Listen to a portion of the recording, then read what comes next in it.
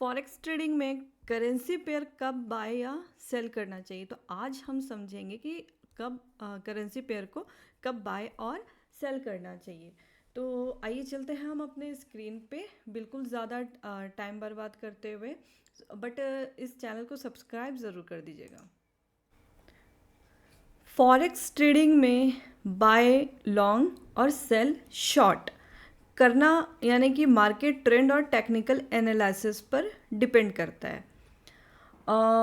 When to buy a currency pair या forex trading में buy long और sell short करना मार्केट ट्रेंड और टेक्निकल एनालिसिस पर डिपेंड करता है। सो कब करेंसी पेयर पर बाय करना चाहिए यानी कि लॉन्ग पोजीशन। अगर आपको लगता है कि करेंसी पेयर की प्राइस बढ़ने वाली है तो आप बाय यानी लॉन्ग करते हैं। इसका मतलब आप बेस करेंसी खरीद रहे हैं और कोटा करेंसी बेच रहे हैं। सो बाइंग का बेसिक लॉजिक है स्ट्रॉन्ग बाइंग का बेसिक लॉजिक है यानी strong trend, market up trend में हो और प्राइस ऊपर जा रही हो। सपोर्ट लेवल यानी कि प्राइस एक स्ट्रॉन्ग सपोर्ट लेवल पर हो और वहाँ से बाउंस हो रही हो। पॉजिटिव न्यूज़ यानी कि अगर किसी करेंसी की अच्छी इकोनॉमिक न्यूज़ आती है, GDP growth, interest rate hike etcetera, तो उसकी वैल्यू बढ़ सकती है।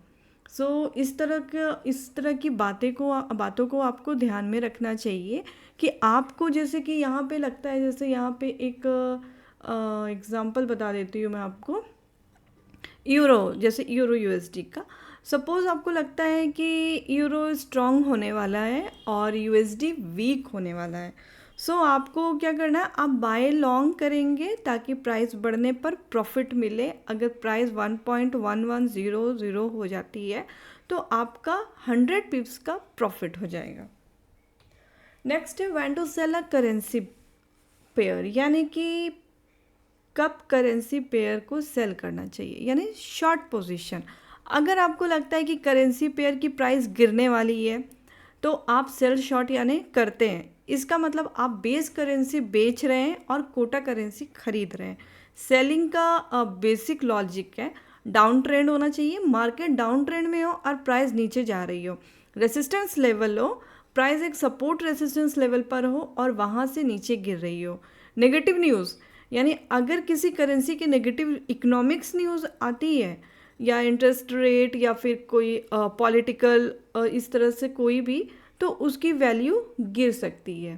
तो ये सारी चीज़ें आपको ध्यान भी देना, जैसे मूविंग एवरेज हो जाता है, आरएसआई हो जाता है। तो इस तरह से आपको ट्रेंड रिवर्सल होता है, कुछ पैटर्न्स हेड एंड शोल्डर्स होते हैं, ये आइडेंटिफाई करना है। तो जिससे आपको पता चलेगा कि मार्केट डाउन की तरफ जा रही है, तो इस तरह वहाँ पे आपको फिर सेल करना है।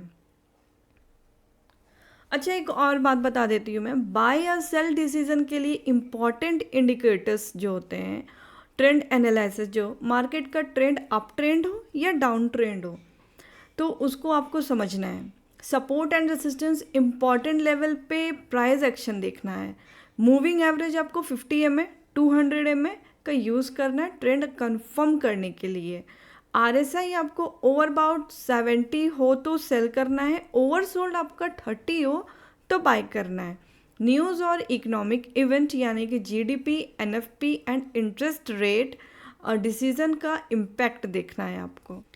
सो ये कुछ टॉपिक्स मैंने बताए हैं कि आपको कब सेल करना है करेंसी पेयर को और कब बाय करना है कहाँ पे। जो बहुत छोटी छोटी चीज़ें होती हैं जो हम जिस चीज़ को इग्नोर कर देते हैं, तो बाय जैसे कि लॉन्ग जो मैंने बताया तब करें जब मार्केट अप हो, करेंसी स्ट्रांग हो रही हो, तब आपको बाय करना है। सेल कब करना है, जब यानी शॉर्ट जब मार्केट डाउन या करेंसी वीक हो तब आपको सेल करना है। टेक्निकल एंड फंडामेंटल एनालिसिस दोनों का यूज़ करना है, तब जा कर के आपका बेस्ट स्ट्रैटेजी होता है। सो शायद आई होप आपको समझ में आया होगा। सो इस वीडियो को देखने के लिए थैंक यू सो मच।